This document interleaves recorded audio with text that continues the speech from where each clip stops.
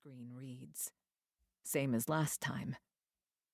It's 4 a.m. where Selene is, just early enough for the cries of men and birds down at the Trabzon docks to begin. The distant creaking of piers, salt on the wind. There's salt on the wind near Rose House, too. Half a world away. Selene doesn't answer. She can only think of one reason the China Lake police would call her, and it is if Rose House had burned down. It is too early in the morning to allow that to be the case, even in imagination.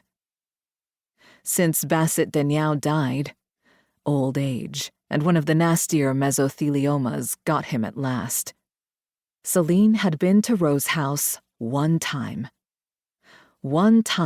to visit the old man, her old monster, and see what's been made of him, what he'd left her, what he'd made her, even after death. Selene had, she thought, once believed that Basit's death would get her all the way free of his influence. She believes this not at all any longer. Not after Rose House. She went alone. She had to. Rose House wouldn't allow anyone else inside.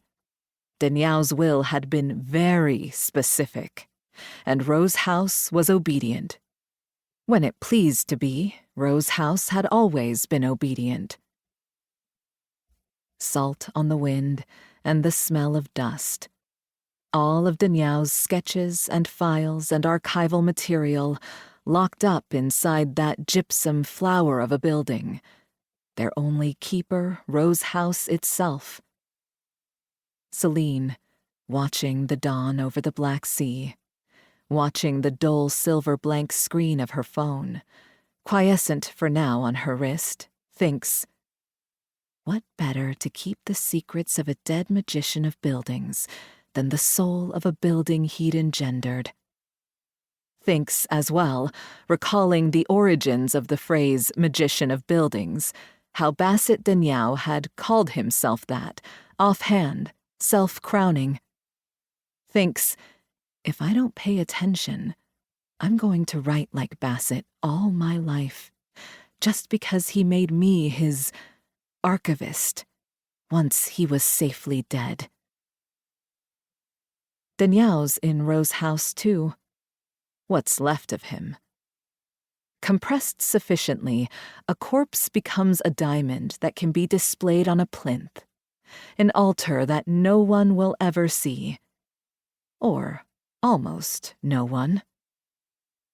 When Deniau's will had been entered into probate, all the hungry journalists and academics and more junior architects and nationalist politicians from his adopted country and the one that gave him birth both, had discovered that the old man had denied them the satisfaction of vulturehood. All of his archives, his sketches, in Rose House.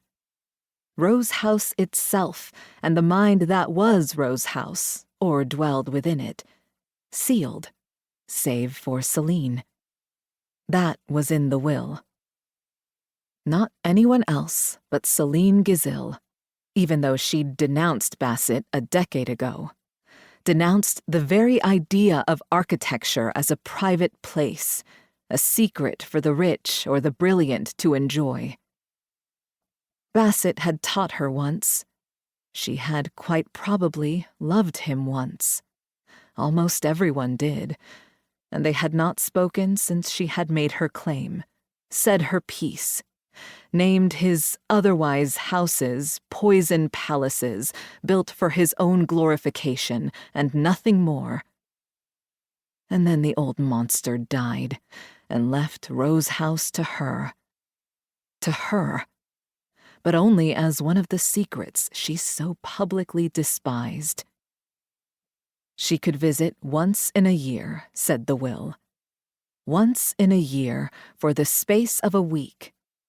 1 week to open Rose House's vault, see Basit's drawings, his notes, the vast collections of his art. 1 week in which she is